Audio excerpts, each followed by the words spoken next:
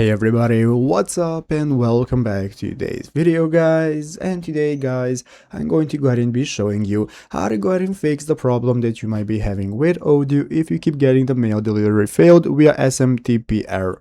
This is a very simple thing to do, so make sure to watch this quick and easy video till the very end, follow my steps correctly so you can make sure that this works the same for you and you can do this yourself. But yeah guys, so let's get straight into it.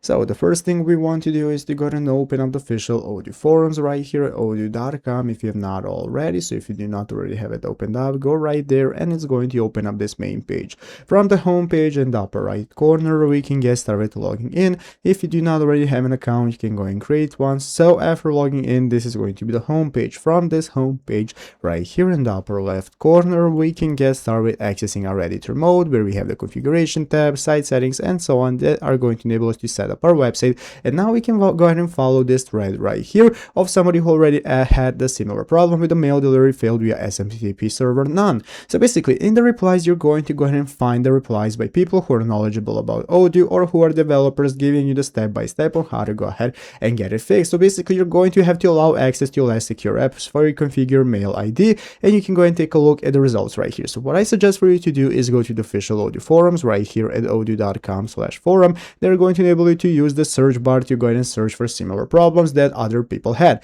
Then you can go ahead and follow the step-by-step instructions in the replies to go ahead and take a look at how to apply it to your website, and this is your best choice to get it fixed. So I hope this video was helpful. If it was, make sure to leave a like, subscribe to the channel. Thanks for watching, take care, and bye.